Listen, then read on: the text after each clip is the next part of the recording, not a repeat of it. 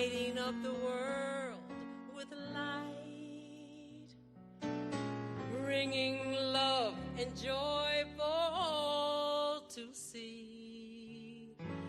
There's a me that even I can see, so feel the light. Fall of Freedom is a nationwide act of creative resistance to stand in solidarity against American fascism. It's an open invitation to artists, institutions, and communities everywhere to take part in a weekend of exhibitions, performances, readings, and public events on November 21st and 22nd. Anywhere. Anyone. Together.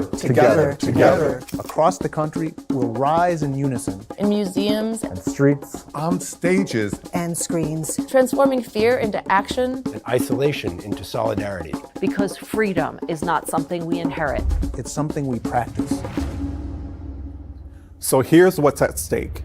Due process gutted. Citizenship stripped. Women's rights rescinded. Wealth concentrated. Free speech eliminated. Genocide normalized. Courts stacked. Boards replaced. Nazis emboldened. Authoritarianism doesn't announce itself. It grows in silence. Fear turns us against each other. But art cuts through fear. And art tells the truth.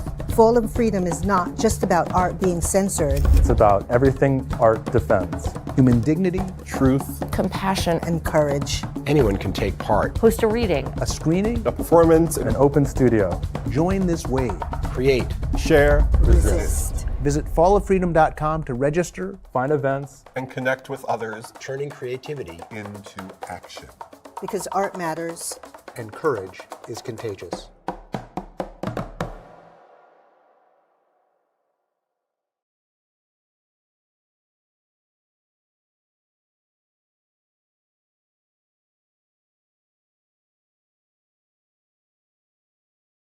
Hello, hi, welcome everyone to this beautiful Saturday. We're going to be having a conversation in connection to a video that you just saw. National Black Theater has been a part of this nationwide initiative called Fall for Freedom. And our seasonal conversations that we were planning to do, which are really looking at the alchemy of return, remembering as a radical act. We are reflecting on what we need to remember as we think about this concept of fall for freedom, as we think about this concept of coming together. So as we gather around the Zoom, as we gather around our Facebook, as we gather around our Instagram and our YouTube, wherever we are going to be having a collective meditation on what does it mean to remember who we are? What does it mean to fall in to freedom and liberation? What does it mean to remember how to generate alchemy in this very critical moment? And I'm very, very happy and excited to have my sister with me. Many of you may know her, but if you don't know her by now, you will by the time the Zoom is done. Or by the time the StreamYard is done. Her name is Kara Young. She's a sister of mine who I love so dearly, who has been blazing a trail that is really rooted on ancestral memory, rooted in community, rooted in her I am. So without further ado, I'm gonna bring on Kara Young to join me in this room. Hey, Kara. Hi, how are you? Thank you so much for having me, Jonathan. I appreciate you. Oh, I love you. I love you. I love you. I mean, like, it's like, it is quite amazing just to imagine that how long we've, like, when I think about the length of time that we've known each other. Crazy.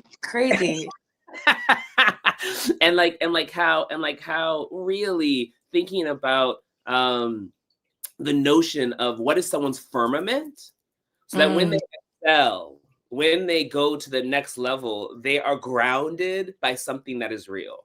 They are building on sustainable foundation. So my first question to you, actually, in thinking about the alchemy of return, remembering as a radical act, what are the things that you remember? What are the things that you try to, or you seek to ground yourself as you excel, as you continue to blossom, as you continue to stretch yourself into new and to exciting frontiers? Wow. It's interesting that you're asking that, because I'm like literally in my parents' house. How do I remember? And how do I stay grounded? I think it's right now it's really surrounding myself with my people. And sometimes it's walking down 125th, you know, like it's like the other day I was tired as hell, but I just was like, you know, I need to go walk down 125th real quick. And I've taken the path so many a time, or, you know, it's seeing my neighbor. I had such a nostalgic moment. I saw my neighbor holding his son, and he was like holding his son at the top of the stoop, and I'm looking at him from the top of my stoop. This is the stoop I grew up on, right? And I see him and he's holding his child, and I was just like, oh my God, we were kids. Remember we were kids and we were looking at each other from the same stoop. Wow. You know? So how do I remember? I feel like it's to continuously surround myself within community. And I think that that's always a big theme when we're together, Jonathan, of like what it means to sustain community and build community and be with each other, and, you know, continue to be with each other, continue to be a driving force of light in any kind of capacity. That is the way to pay it forward in some kind of way, of like your example, you being an example in our world has always been inspirational to me and how to navigate mine, you know? So I feel like I can go on, but you know. What I think, I mean, what I love is this idea of remembering that we were children. Remembering that there was, and also when we go there, it's like, remember when we imagined, when we were carefree, when we weren't belabored by the strategy. Yeah. We were given the opportunity to actually. Sometimes we were given the opportunity to fail forward, given the opportunity to try, to experiment. And also we had, it's so beautiful that you're saying that you're in your family home, right? When you say where I need to remember, because it also becomes a conversation of like, for what does home look like as we remember? Right.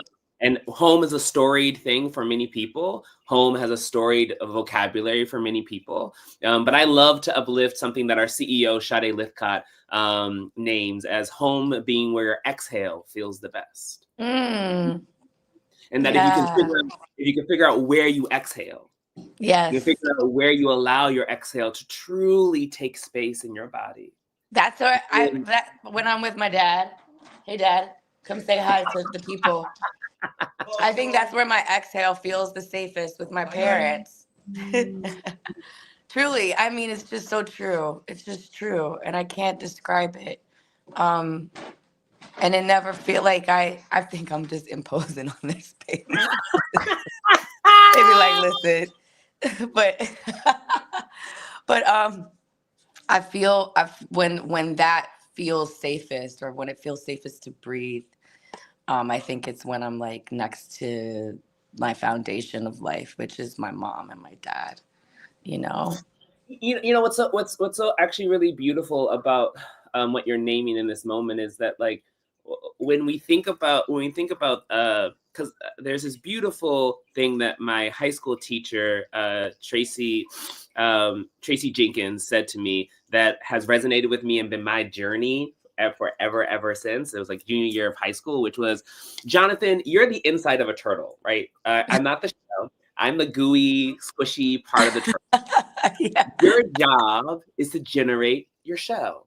The task that you have in this world, it is to make sure that you can stay as gushy and squishy as possible. But like, how can you build a receptacle that allows for you to feel guided, protected, fortified, and to travel, to traverse, to move, also rest, and to move at your pace. And so when you talk about this notion of surrounding one's community, or surrounding yourself with the people who birthed you, like, and raised you, right? And that being the place where your exhale feels the best, there is also a conversation of like, you're intentionally crafting, what is Kara Young's shell? What is young space so that when you are out in the world and people have so many labels on you, so many things pulling at you, so many demands requesting on you, it's like they can do that because my shell got me. My shell is going to make sure that I can rest when I need to. I can move at the pace. I can question and quander my I am and not feel on spotlight or on Front Street. I can also sit on my stoop and say, remember I was a child. Remember when I was a child. Remember how I was a child, so that can feed my actual practice of living, my actual practice of doing stuff on this planet. So it's quite lovely to like think about. No, go ahead. I love it. No, I'm listening to you. You know, I could be right there, like with you. I love the idea of like the gooey and you like all of your insides are alive and you know and doing its own thing. But how do we like protect and conserve and also and it's interesting that you say shell, but it's almost like I don't think of in your teacher's metaphor. It feels like it's not necessarily an armor. Do you know what I mean? Like it's not an armor at all. It's like it's you. It's like you. I don't know how to describe. Yeah. It's exactly what a turtle is. It is you becoming your fullest I am. It's you becoming your fullest I am that allows for this God force that lives inside of you, this God force that is driving inside of you to truly be a vessel to impact the world and to authentically allow yourself to live with the grief, the grievances, and also the beauty and abundance that lives in existing. Not saying, because if you think also about this idea, what I really loved about when she said to create your shell, and then I really latched onto the turtle as my mantra, and both Sade and I have latched onto that as our mantra as we have built and as we have really built on the legacy of Dr. Barbara Antier, who is right behind me. I'm so grateful that I get to build on her legacy, building on her legacy to take MBT or to grow MBT to this next level. There is this also this conversation of what is your pace? What is your pace? My pace. And when you think about that, Kara, what is Kara Young's pace? Oh my goodness. Like Kara Young seeks to go at. And like, because some people might say, she doing da da da da da da. But I feel like you have a pace. Do you mind articulating that pace? Because I think for folks who don't know, I think understanding the intentionality of your existence is actually really, really important. And for folks who do know you, rehearing that intentionality actually helps to ground and gird some of the things that they may be going through themselves.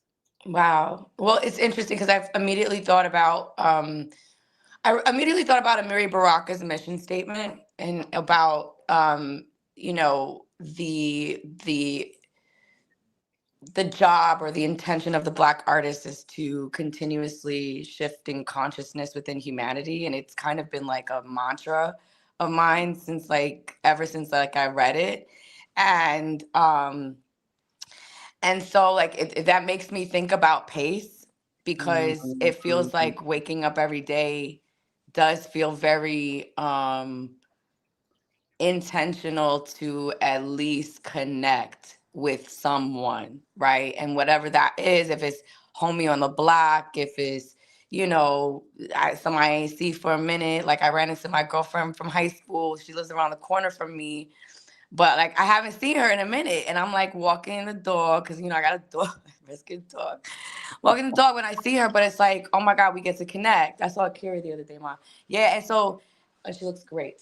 Anyway, and so it's like about connecting, but also, because Mom and Dad are right here, it's like they've been an example of that too. And they're both working. My father works in hospitality. My mom works in the healthcare industry. Those are both acts of service in humanity, to take care of people in some kind of way. And I feel like that is, and they've always been rooted in community. So I do feel like that's been a part of the foundation. So the intention always feels like to connect. Yeah.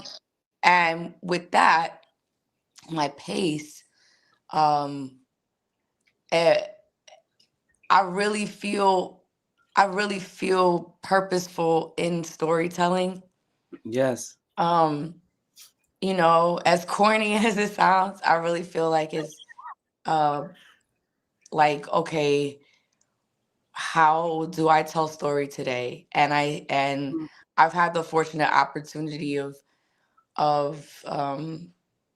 continuing to do that. And you know, right now it's so interesting that I'm doing this play called Gruesome Playground Injuries. And it's an iconic play.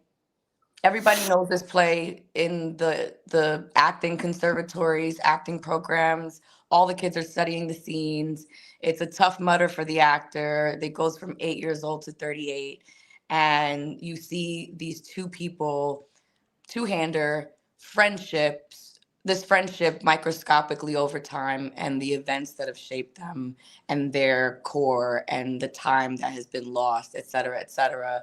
And I think it correlates with what we're talking about right now because, and especially for Fall of Freedom, because it is like we are so desensitized to feeling as a global community, as a national community, as a New York community. We are desensitized to feeling and this idea of hope to connect, the hope to know that there are just too many of us on this earth to not understand that we can't exist without each other.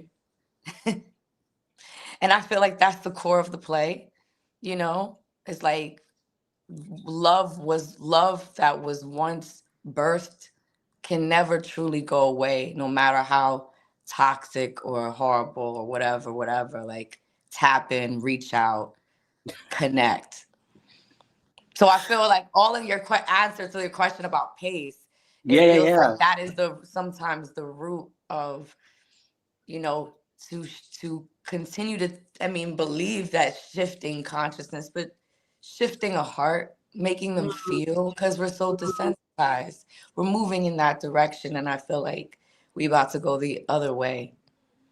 And what is actually really lovely and powerful about you talking about the censoring vibration and the powerful shift of what love as an actual physical entity can do to us, and how you have intentionally thought about work that awakens love in the hearts and minds of our community and puts it on a journey that allows for us to see ourselves, maybe see other people, come into relationship to stories that we may not know, so that we can humanize the dissonance and not feel so foreign, but actually feel more connected to folks. That you are actually putting us in connection to the wholeness of our humanity versus the silos of our humanity. And so what my next question is, thinking about your practice as an artist, right? And thinking about all these actually amazing women that you have chosen to walk into the shoes of.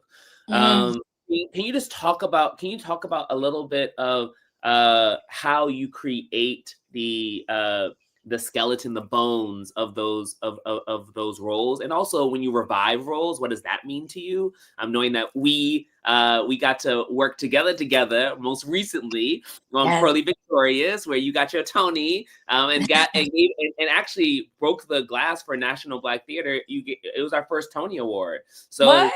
I didn't know that. Yeah, you broke the glass. Yes, you broke the glass ceiling for MVT, and so on so many levels, your care of story and the way in which you expand lifts a community. It lifts not just Kara Young, it lifts multiple people, multiple entities to be able to rise to our highest height. So do you mind just talking about, let's go back to the basic of the question, because I went to another place. The basis of the question is when you think about these strong women that you choose to perform, you embody, can you talk about that approach Can you talk about what you have to do to get into those roles, and how do you navigate forward from there? It's so interesting because like every process is different, and I do feel like every single process requires its own alchemy, if you will, and ingredients and chemistry and science and in particular the great honor to step into a role that Ruby D originated, also Harlemite, raised in Harlem. I cannot believe that is real. Like I'm like really surprised that even happened. Like, oh my God, that happened. Like, what is it? Almost 2 years ago now, or like a year? I don't even know. Crazy. But it was interesting because I felt that Ludi Bell Gussie Mae Jenkins was an entity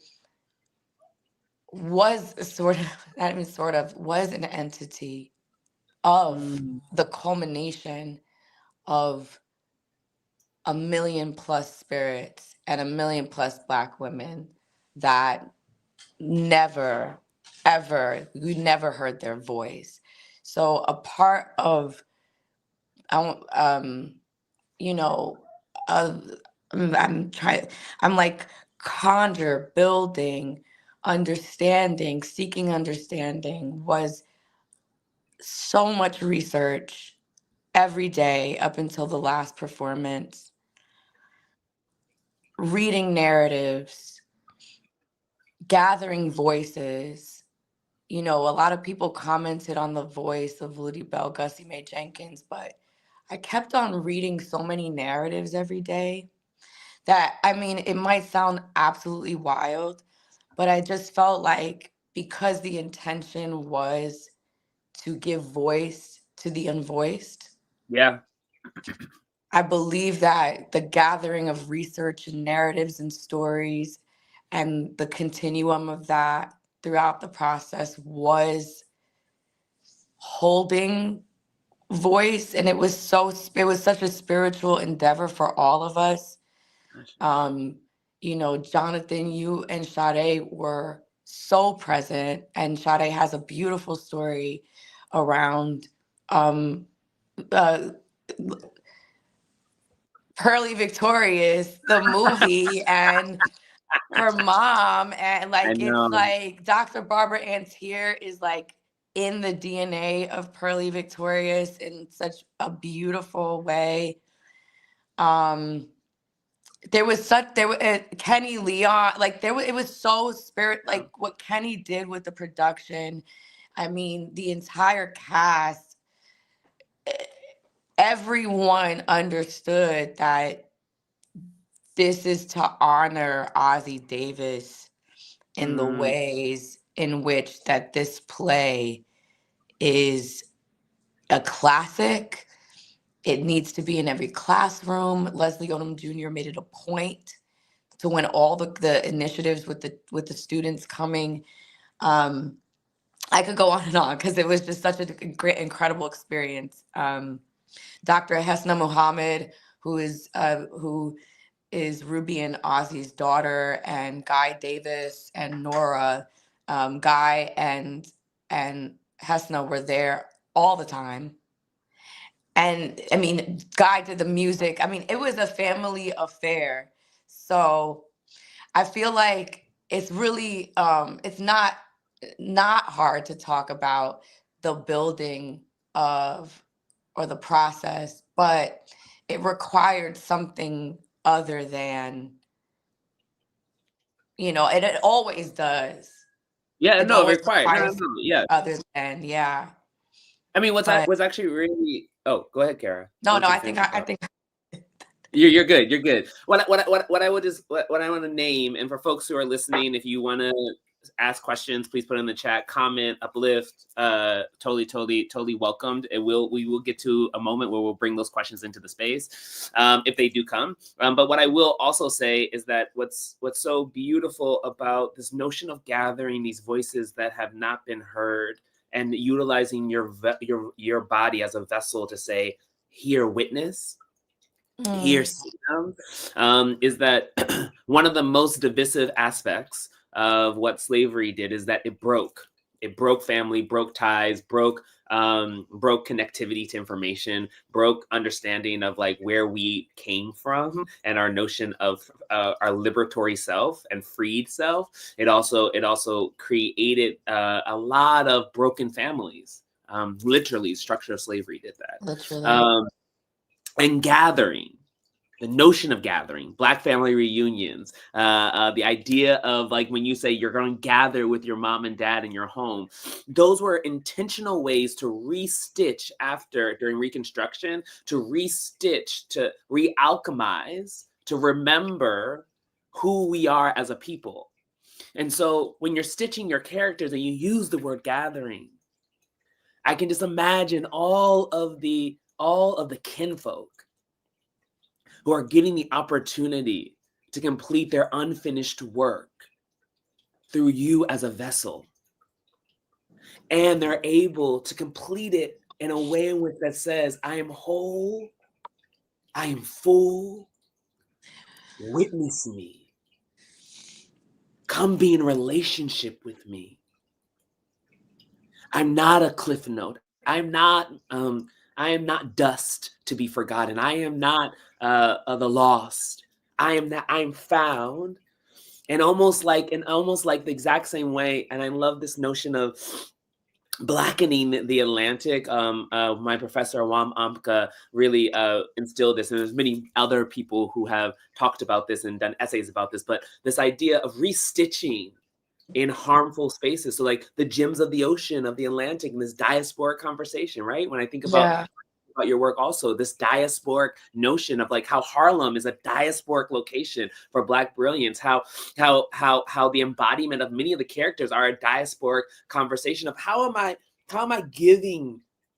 utilizing this vessel in this moment to gather my folks.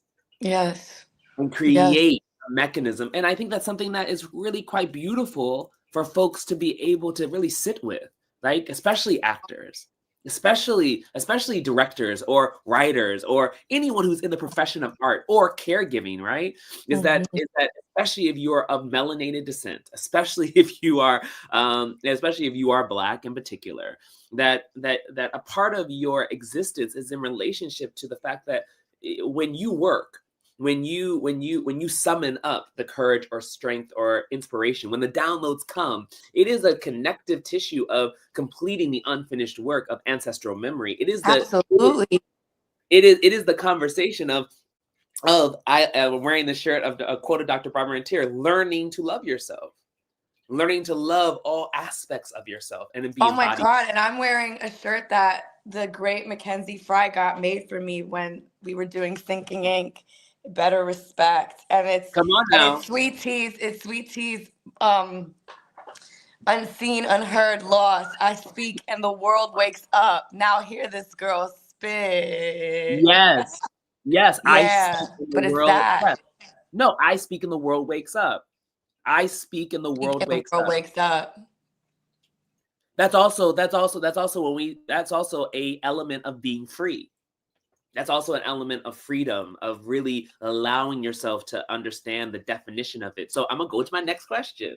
When you think about freedom, Kara, and you think about the embodiment of freedom, can you define freedom for us in this moment, where you are inside of that definition? I know it will change over time, but in this moment, right here, right now, what does freedom mean to you, and how do you define it? You're so right. It'll totally evolve, right? What freedom means to me in this very moment is the ability to not think about the next move, ability to not censor, the ability to not censor yourself, censor your spirit, the ability to allow your spirit to run wild, the allowing of to feel free to just exist. I think Yeah. to exist without censorship or boundary or construct. Yeah. Yeah. And when you think about that notion of freedom, and you think about that definition, how is theater close to it or far away? Where is it inside that spectrum, and what do you feel like is necessary for it to find its way to that definition? That is such a brilliant question because, when we speak about doing the act, doing the thing, telling the story, being on the stage, being in rehearsal, I think rehearsal is one of the freest spaces on the planet. I love a rehearsal room where we're just together at a table with our scripts, talking about the in-betweens, the fairy dusts all over the words, I think those are very free moments for me where you just like literally I've had the fortunate circumstance and opportunities to be in rooms that feel incredibly safe for me to express myself on maybe a feeling or a thought around building the world in which we're doing to give the playwrights their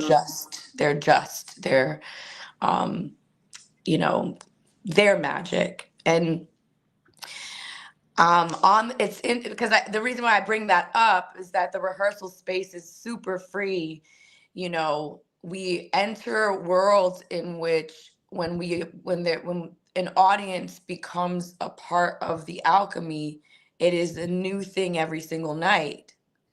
Yeah. And so it's never the same, which is very freeing. Yeah.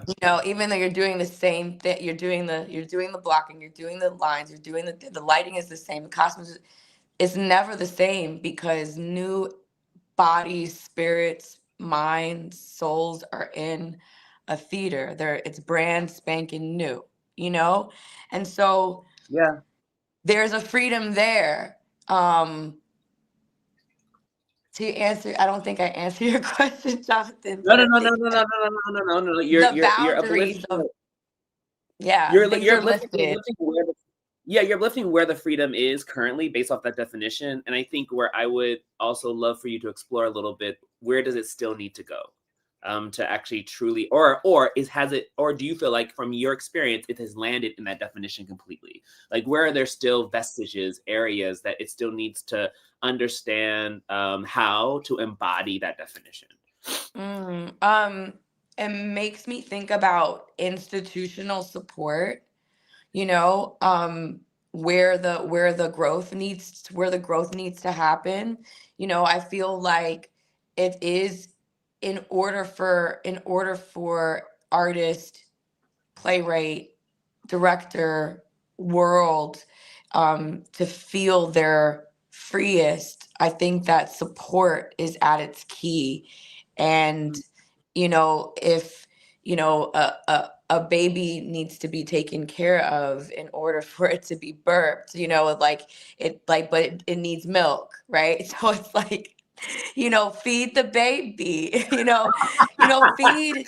feed the thing that's growing and feed and water the plants that are growing. I mean, what's really special about National Black Theater is that I've always felt so held by y'all in a way that, like, even when we're not working together, I've always felt incredibly held so that I could feel my best when I do what I'm doing because of, and I guess it kind of ties back into what it means to be in community, what it means to be, supporting our brothers and sisters in their works, and and what that does for our spirits and our souls and how we walk a little differently because we got a hug from Jonathan McCrory and Sade Likai. Like, really though, or an acknowledgement, right? We acknowledge. We should.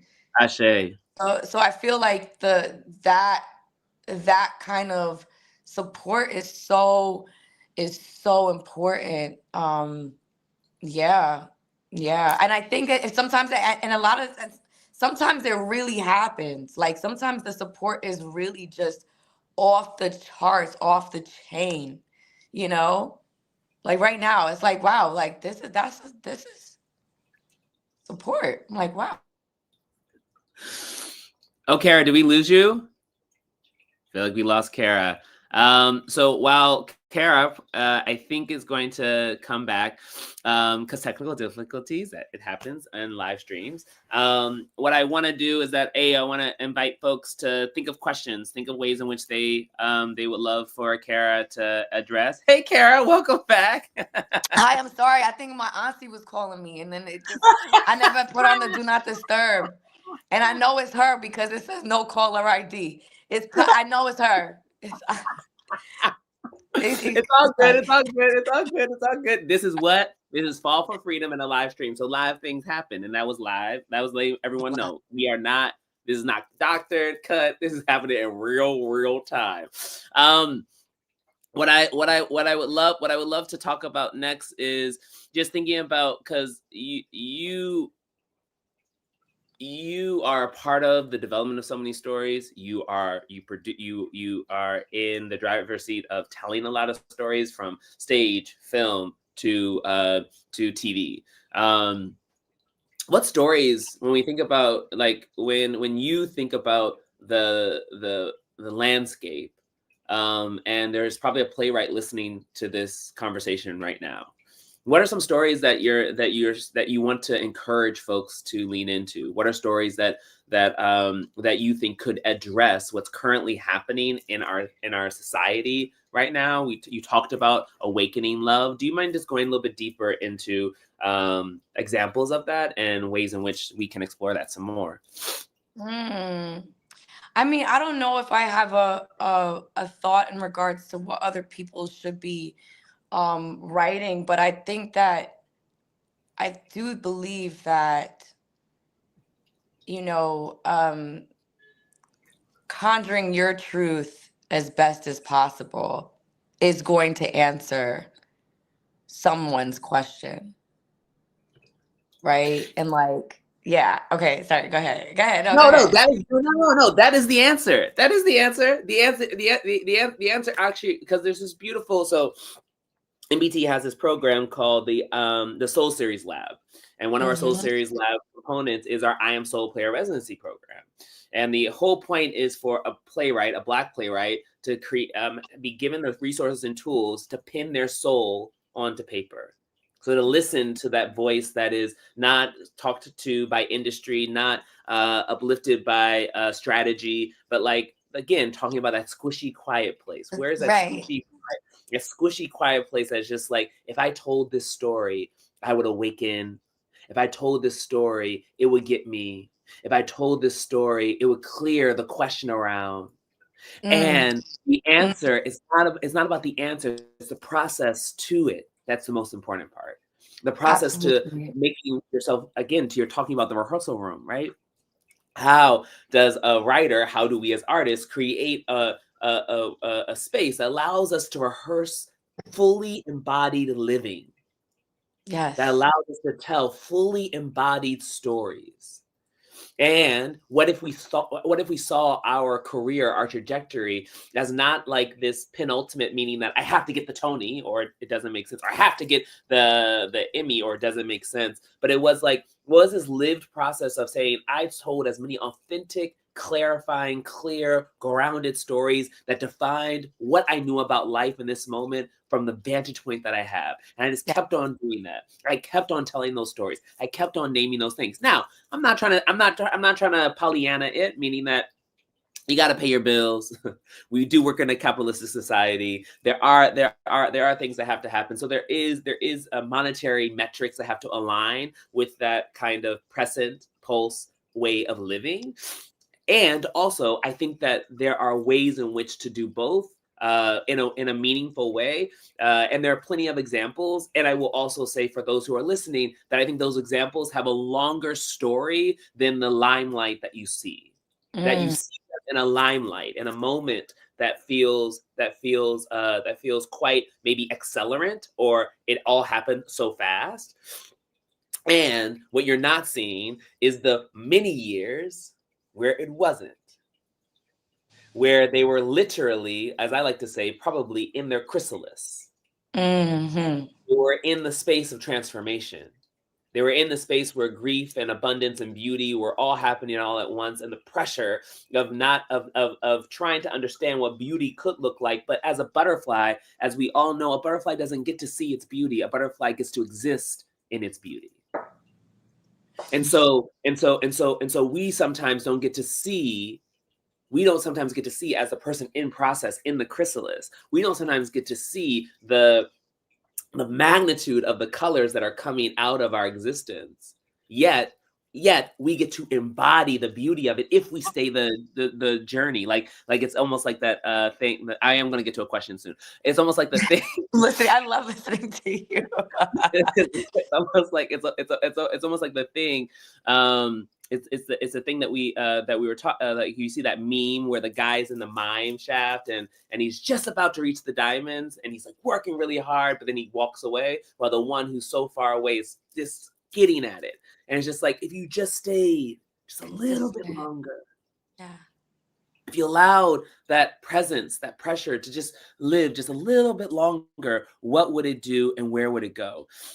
So my question to you is really thinking about that moment of your own chrysalis, that moment when grievance, the gooiness that you were transforming and you were navigating. Do you mind just talking to that? Because like there is a moment in your career where I can see you might feel like you're back in the chrysalis in many ways because of where you are, but like there's a moment where like it was like boom, Kara, and then woo, Kara, we love. But that's really I know there's a lot of like vows. But there's also this moment, as we talked about at the top of this call, where Kara was grooming. Kara was in deep meditation with practice, with process, with clarifying, with staying in the work, and also focusing on, as I like to say, drinking your water and minding your business. So do you mind talking to that moment, that era, that even if you can go back to that, because I think some people can learn so much from that. And then we're going to go to questions. So just want to tell everyone, please put your questions in the chat. We are looking for them. Go ahead, Kara. Oh, wow. Okay. So that was a whole word, Jonathan McCrory. Thank you very much for that. Like I feel you're watering me right now. So thank you very much. Inspiring me to think about these things that I really don't think about. And it's weird because like I really don't. I know people.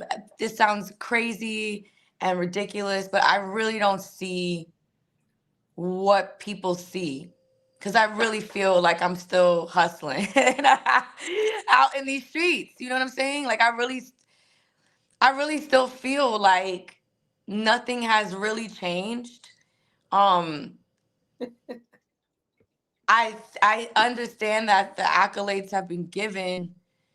They feel like very fleeting moments in a journey, and the gifts are you, Sade, Lynn Nottage, Kate Risky, Reza Salazar, Emin Donovan, Ron Cephas Jones, Linda Gravatt, Jonathan Payne, Sanguji Khan, Mackenzie Fry. Like the real gifts are like Adeshla Osakalumi. Like the real gifts are Nuri Hazard and Elisha Lawson. Like the real gifts are DJ Reborn.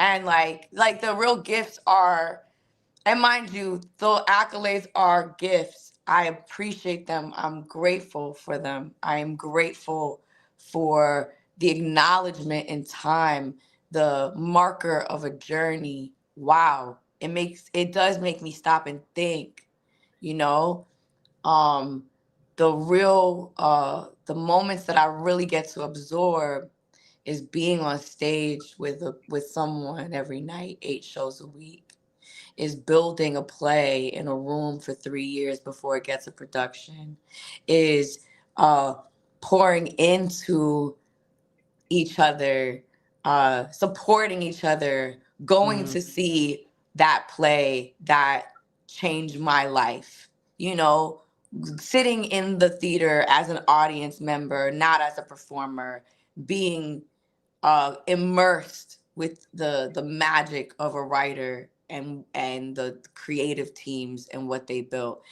I really don't see what people see. I'm really on the other side. I really don't see it. And it is surprising when people be like, oh, you know, like, you know, how do you feel about da da da? I'm like, oh, word, that really happened. Oh shit. Excuse my French. I'd be like, damn, that happened. And I'm not jaded about it. No, it goes back to you're the butterfly. Like a butterfly does not know its color. A butterfly does not also know that when it flaps its wings, it can create a tsunami. A butterfly doesn't understand, doesn't hold its necessary ripple. The butterfly holds its existence. And it activates its existence. Wow. And its existence creates change. And we marvel at its delicacy, its majesticness, its transformation. We marvel at the way in which that its existence lasts for 2 weeks at the most part, right? We marvel at all these different configurations that show up, yet the butterfly doesn't hold necessarily that concept. Again, it doesn't know its color. It doesn't know what it looks like in the world. It exists in a way in which of just saying, I'm just trying to eat my food. I'm just trying to be with my people. I smell that nectar. I want that nectar. I'm flapping my wings to get to my nectar. I'm going to try to dodge this, dodge that. I'm going to rest here because this is where my other people are resting. I smell safety here. I feel safety here. Mm-hmm. And so when you talk about this moment, to me, it is a moment of someone who is really arriving it with humility. I don't hear anything else but humility, a space of humility of saying, oh, I'm living in an authentic connection to my butterfly era. And you're saying that, Jonathan, and I'm like, I don't know. I think I'm in the chrysalis. Is that yes, come on, you can be in the chrysalis too. Come on, I'm in the chrysalis too. I'm not, chrysalis.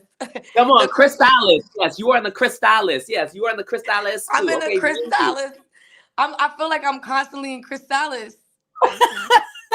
Yes, you are, boo. You are in your chrysalis. I feel you. Because it's like it's constantly in building mode. I don't know. I'm constantly in building mode. No. Building. And weirdly, what's really beautiful, you know, what's really beautiful is like every creative team, I feel like they are my family. Got it. I feel so connected, spiritually connected to y'all, you know, Glenn Davis, Alana Arenas, LaTanya Richardson Jackson. We over Harry Lennox. I saw Harry Lennox yesterday. It's like I feel like they my family. Because they are. Yeah, like deep. It's going back to the gathering as a space of stitching kinfolk and stitching and realigning this notion of family in new and nuanced ways because we have such a long history of being divided. It's like we're in a rarefied air in this moment of both people of color having so much financial power. We didn't necessarily have that before. Right. Us having the institutional power. We didn't necessarily have that before. And us having like land ownership. A lot of us do have more land ownership than we did before. And all of that together creates a different kind of paradigm that if we choose, And that's where it becomes quite interesting, right? Before in segregation, it wasn't a choice; it was a mandate by law, right? Now there's a conversation of who are you choosing to be kinfolk with? Where are you choosing to invest your time with? Where are you choosing to make a monetary gift towards, right? When we think about, and I will go to questions, I'm going to them right now, but when we think about this notion of fall for freedom, and we think about this notion of creating a quilt that allows for people to connect intentionally around what does it mean to create a democratic process that dispels the idea of this tyranny or of this non-democratic society that we feel like we're being censored into, we feel like we're being pushed into. And I think it's through the stitching of the one-to-one kinfolk that we can create the antidote. That you finding your kinfolk, everyone who is listening to this, finding their kinfolk and saying, I'm going to rock with you. I'm going to build community with you. I'm going to go left to right, not up and down, left to right, and say, this is my tribe. We are going to survive and thrive inside of this. And we are going to tend our piece of land so that we can make a future that we may not be the ones to experience fully, but we are creating a future that allows for humanity to be able to see a brighter day. So I'm gonna go to questions now, Kara. So our girl Chi Chi. She says, come on now, Chi Chi. So do you have any advice for the one, all right, the one and only? Do you have any advice for younger actors that really, I'll read it fully. Any advice you can offer for young actors on what it takes to get to where you're at now in your career? Do you have any advice about that? Advice. It's hard for me to give advice, but I will say that like let people catch up to you. You know, I remember my incredible brother, who's now on the other side or right here, Craig Mums Grant I remember I used to be like, oh my God, I was like, Mums, like, man, I need a representation. I need this, I need that. Like, nobody wants to rep me. And he's like, yo, just keep on doing what you're doing. Like, let them find you. They're gonna find you. When they find you, they'll find you. But you got to keep on doing it. And you got to keep on getting better. And you got to keep on in your practice. And he used to tell the young, you know, there's this beautiful organization, Developing Artists. That's a youth organization that, you know, is helping young people just be in their power as performers. And run by Jill DeArmond and Jin Kim. And there's a video that I found, and Mom said, this is the only business, as an artist, if you take care of your art will take care of you. And that's right. And so my advice is like, take care of your art, cultivate you in the meantime, continue to do you to the fullest. Let everybody else catch up to you. I mean, what's really quite lovely is that goes back to the tortoise and the hare conversation, right? Let everyone catch up to you, right? The fable is that the hare was speeding along trying to get to a destination, but the tortoise took their time to like really be thoughtful about getting there. The hare gets cocky and lazy. The tortoise actually gets to the finish line. Right. And it's like also the other metaphor that you mentioned about the, you know, and you know, I remember who was it? I think it was Shaka King who said once about like, you gotta, like, in order to find the diamond, you gotta go through the muck. Yes. You know, and also when you find the diamond, know that if you found the diamond, it needs to be polished. It needs to be, you know, it needs to go back to the shop and rub that, you know, it needs refinishing. It's in constant need of maintenance, right? So keep digging for the diamonds and then also maintain. But also it's a question of don't throw away the muck. because inside of it could be the diamond, right? I think what's Right. really Yes. lovely with the culture of lifting is that like every opportunity is an opportunity to formulate and to be in conversation with your next biggest and greatest thing, and thinking about being in the chrysalis, even if you're experiencing I'm kidding. the chrysalis, yes, the chrysalis. Even if you're experiencing the deepest parts of grief, grievance, displacement, not feeling belonged, that if you stay the course, you can find the wisdom inside of that discomfort, but then also it will land you at some point in a place that gets you onto the other side. But commitment and faith, grace and fortitude and tribe work gets you there. So there are tools to activate, but you have to be able to stay the course and hold that truth for yourself. So we're going to go to our next question as we are 5 minutes. So my question involves, how do you/we hold space for newer talents to emerge? We each have these processes to alight as ourselves, and surely they have been difficult in so many ways. Do you feel it is necessary to allow new talents to also endure?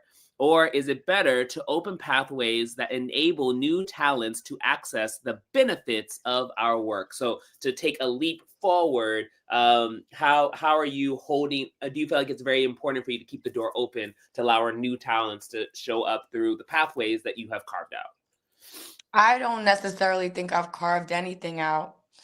To be honest with you, brother United, I believe, but I don't think I've carved anything out. I think, you know, the ancestors have carved everything out.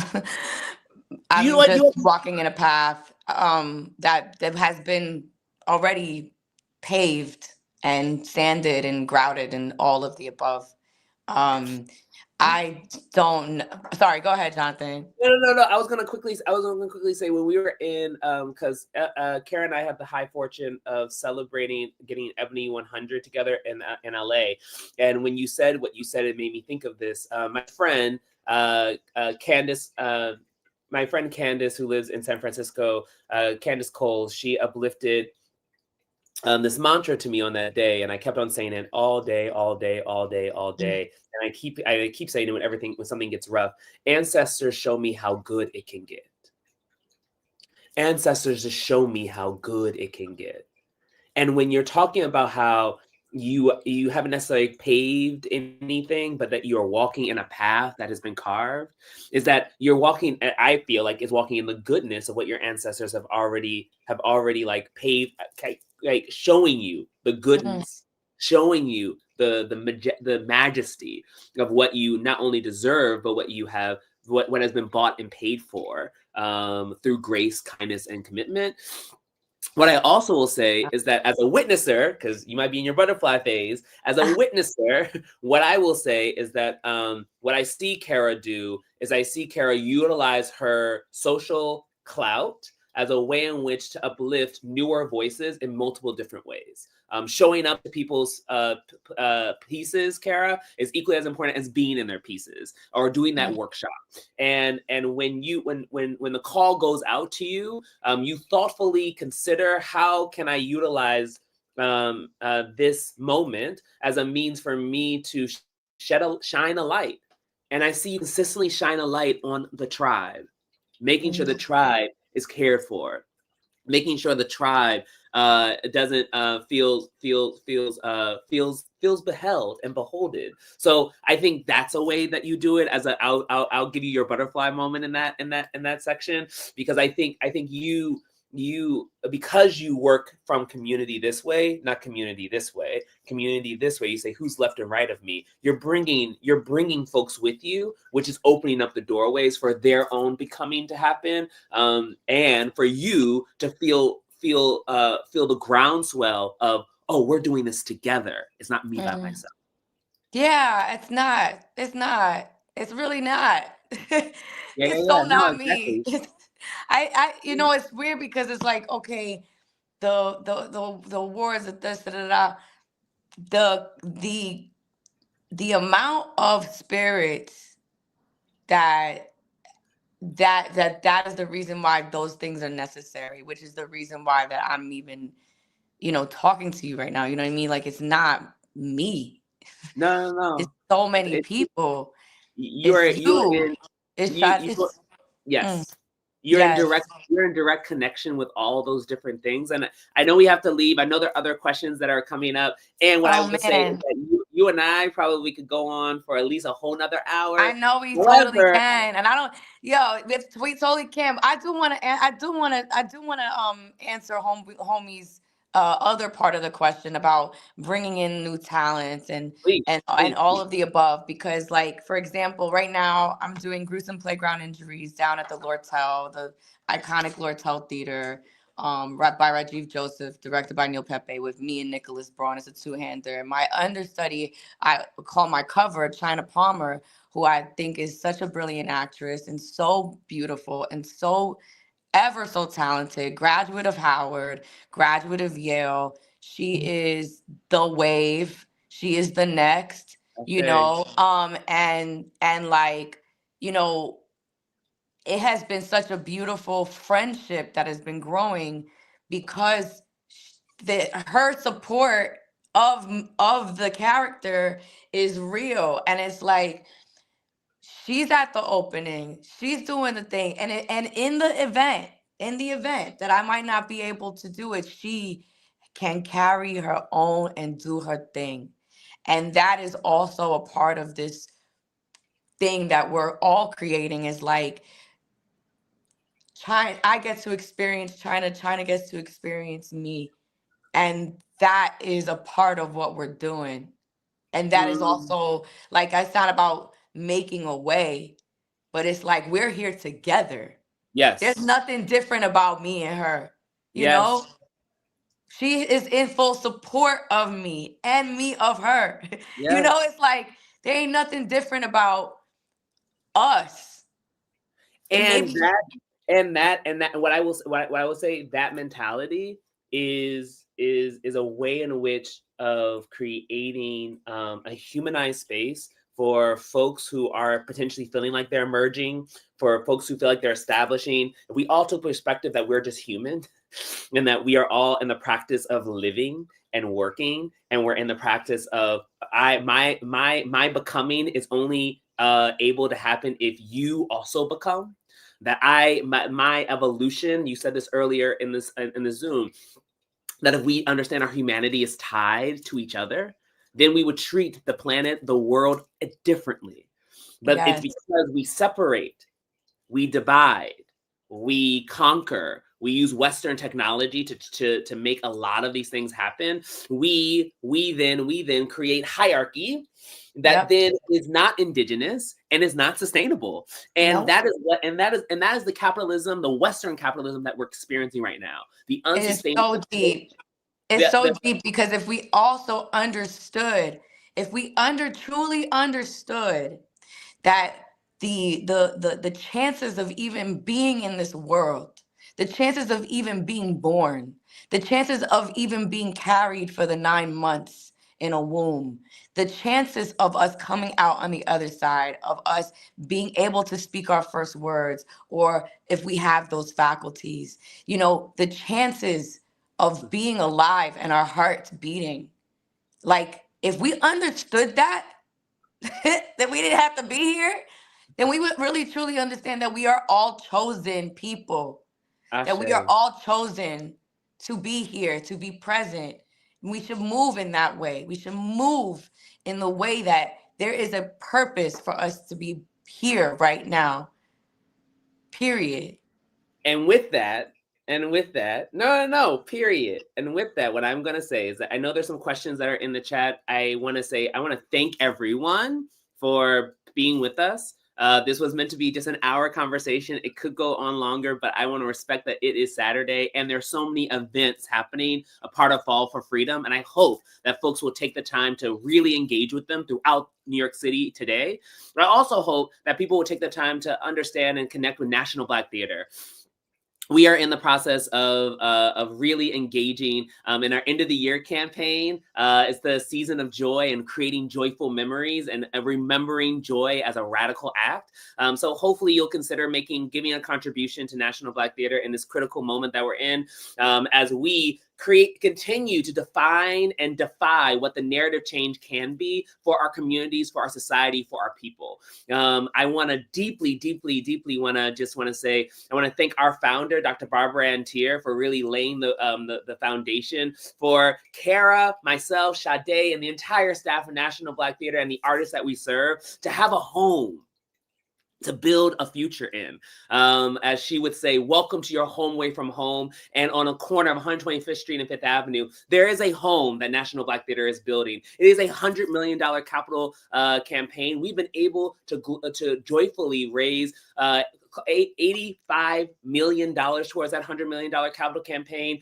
And we're still operating at a click that's allowing us to develop, produce, and actually present the next wave of critical voices that our culture needs, that our community needs, in order to imagine what a future could look like. So if you have been inspired by this conversation, if you've been inspired by the work of National Black Theater, if you've been inspired by the idea of creating more conversations like this for us to build on in the future, I so hope that you'll take the time and the moment to give a contribution that is meaningful, that allows us to move the dial forward and to create this generative hub for us to all bask in, for us to all believe in, for us to be Crystallis in, for us to be able to be our butterfly in. We all can do that. And we all can build into that. So I hope that you have a fantastic weekend. I want to thank you, Kara, for giving us the time and energy of today. I want to thank everyone who's joined us in the Zoom, in the StreamYard and on YouTube. And I look forward to the days that we get to spend together physically to dream and imagine how we take this energy, this information, and build to a new future and a more equitable future that allows us to be free, allows us to be liberated, and allows us to be full of love. I wish everyone a wonderful, wonderful, wonderful holiday season. Travel safely, get to your destination safely, and eat with a joyful noise and a joyful sound. Until next time, bye. Bye.